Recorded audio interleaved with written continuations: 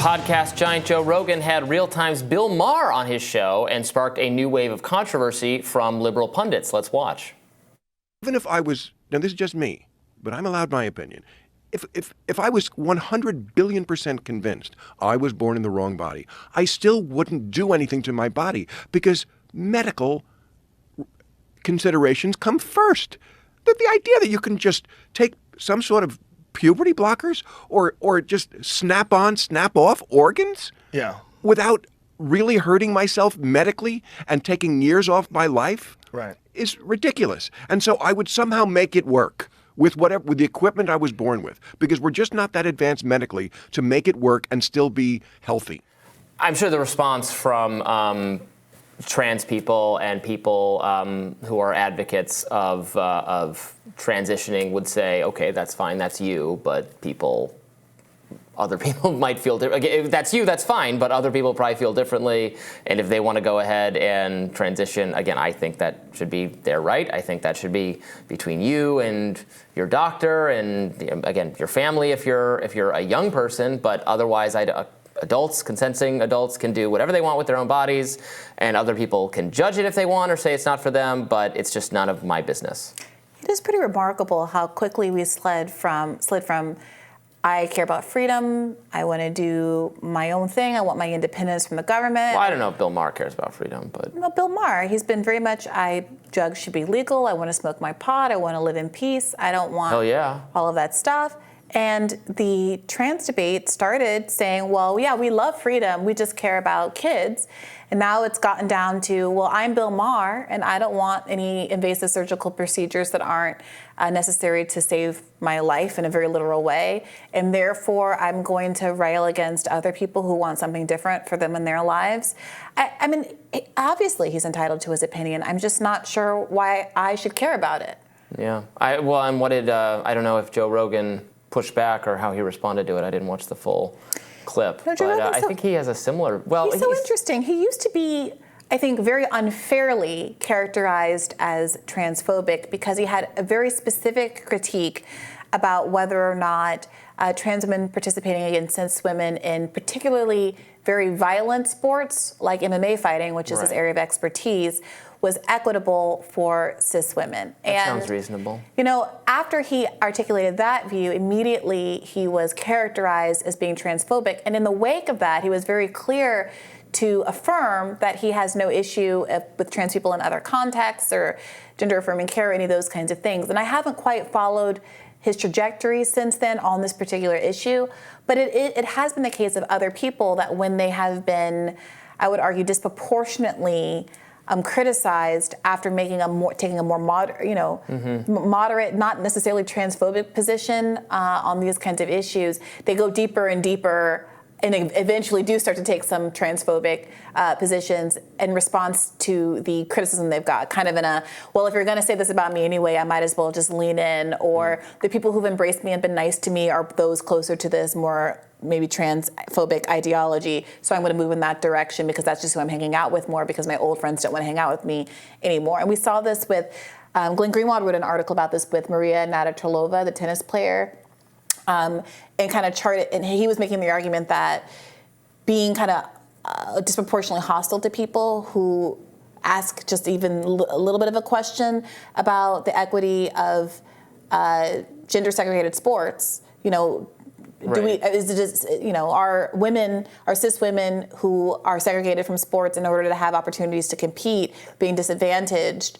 After asking that, she was, very much criticized, and how we feel about that criticism over time has increasingly gone to a more conservative position on those issues.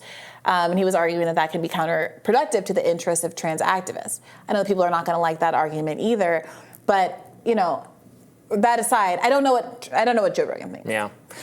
And I think it is fine and even desirable to make sure people who are having any kind of body serious health transformation change should really do their research, should really talk it through with medical experts should know what they're getting into. We have interviewed, I'm not saying they're representative, but there are cases of people who've gone through with transitioning that regret it, that think it was not the right choice for them. I don't think their experience should invalidate other people for whom it was the right choice, but it seems, we can, cooler heads can prevail, and just make sure this is really something you want to get yourself into, because we don't know, for instance, what all of the long-term health complications of something like puberty blockers could potentially be. So make sure you're aware of that. I know that and other European authorities have started changing and to be less affirming of that kind of stuff. That doesn't mean it's right or I agree with it, but just know the landscape surrounding these issues and make an informed decision for yourself. Again, it's none of my business, but I'm sad for the people who have done it and have regretted it. And if further consultation would have prevented that, I think that's a good thing, and I'm just advocating that for people. But I'm not an expert, and I'm not pushing it on anyone. Those are just all medical decisions. Yeah. There are any number of 16-year-old girls in places like New York and LA who are running around with nose jobs that I personally don't think you should get for your little girls. There are a bunch of very young women. Kylie Jenner got some blowback recently because she acknowledged during an episode of Keeping Up with the Kardashians, or whatever it's called now, that now that she looks at her daughter and she sees her daughter is so perfect, that she regrets some of the surgeries that she had as a young woman, and not just ones that are kind of maybe sexualizing, like breast enhancement or nose job or those kind of things. But she had her ears pinned back because she was, her family made fun of her for having like kind of sticky outy ears. Pinned back? Yeah, that's a surgery that people get. I had a male classmate in high school actually had his ears pinned back. But, now she looks at her little girl and she's like, oh, Stormy has my ears. I think she's so cute, and I regret having done that to myself. So, people should be able to have their regrets. I disagree with the blowback against her. I think it's good that she came to that realization. She was like a 20-year-old. She was 20 when she gave birth. She was a very young person when she had all of these surgeries. And I think it's better for her to be coming out and telling the public that she had regrets than having to keep it inside because, she's going to get castigated for being honest about her feelings. So her, I don't understand this. People make surgical decisions. Kanye West's mom died getting plastic surgery, and that's part of why he had such a breakdown, because he paid for the surgery and he regrets it. People seek out and get medical interventions all the time to make themselves feel better that aren't medically indicated, and that sometimes have bad outcomes.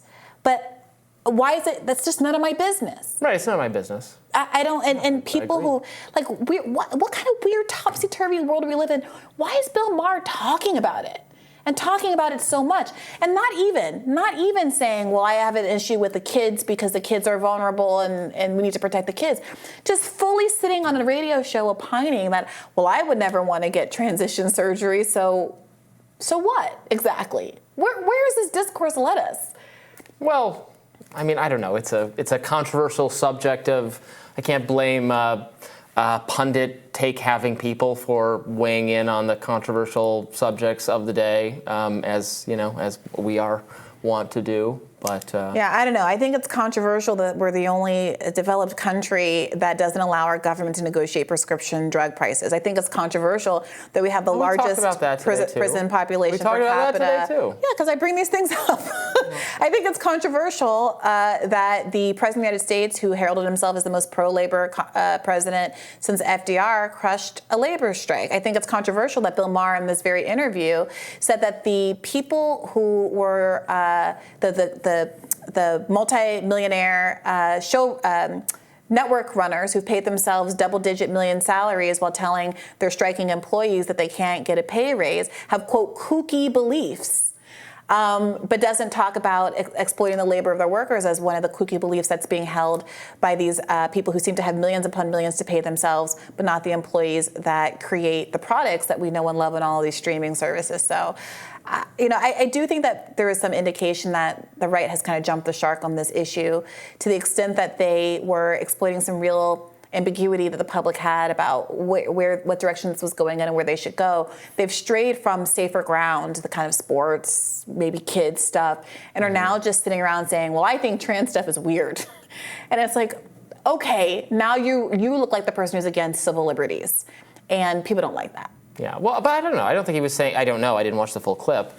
if he was saying it should be prohibited or something. I mean, that would be very hypocritical if he was, because he's an advocate for putting whatever you want substance-wise into your body, which I support. It's not my business. Well, why do you think he's talking about it? Because he's not sitting there saying, I like pineapple on pizza, another hot take. But we could talk about our food takes all day long. It's just not what people want to listen to. And why is that?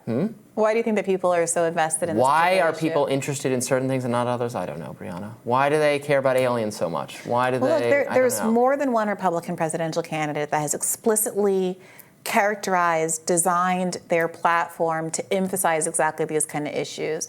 Ron DeSantis saying, I'm running on anti-wokeness. Vivek Ramaswamy running on his book, Woke Inc., largely, which is another paean against anti-wokeness and exactly these kinds of issues. Well, because there is an extreme dislike of, again, what we're calling wokeness among conservatives, and they experienced some success in mainstreaming that opposition vis-a-vis some of these subjects, maybe in a more limited sense than it's been being now, with gender theory and transformation in schools, with some DEI stuff, with some of the, this is all, kids in schools and what the policy should be, and they had some electoral success, and they've taken that to the next level, and maybe it'll reach a point where the right's gone too far. Maybe we're already there. I don't know. But it is. I do think it's starting to seem kind of authoritarian, the same way that conservative abortion policies are starting to seem authoritarian. When you've been saying for decades, you get to the states, and now you want to prohibit it on a state-by-state basis as well. And we're seeing electorally, at least if midterms are any indication, that independent voters and some conservative voters are increasingly frustrated that it seems like even down to the level of the family, they're not going to be able to implement their preferences. I mean, Vivek Ramaswamy said at the debate that the best unit of government is like the American family. Mm-hmm. Well, if you're getting to the point where you're not allowing families to make decisions about their own children's upbringing, whether or not they can take advantage of certain kind of medical resources, whether or not they can be parents as trans parents and have the same kind of rights to adopt and things like that, then it starts to feel like it's not really about reducing it to the level of family choice, that it really is about big government control on a state level, if not a federal level. Well, I think many conservatives feel like some of the policies that Republicans are seeking to correct were ultimately taking away decision-making rights from family and transferring them to liberals schools were and government officials. Forcing you to trans your kids? Well, they were introducing gender-related subjects into the classroom that some parents aren't comfortable with and don't think is right for their families. Yeah. I mean, look, people can have their subjective view, but it does feel to me very different to say my kid who is trans and wants to transition is going to be barred from doing that versus my kid heard about the existence of trans people in school. And you don't have to like hearing about the existence of trans people in school, but in a basic civil liberties perspective, it's like saying, okay, the prison industrial complex. My kid was told about prisons versus my kid is literally incarcerated. I mean, the stakes are a little bit different here. And I do think that if we're going to live in a society, we've got to figure out how to have a sense of proportionality as we talk about some of this stuff. All right, a very happy birthday to one of our talented editors, Khalid Brickhouse. We want to say happy birthday to you, Khalid, and we will have more Rising right after this.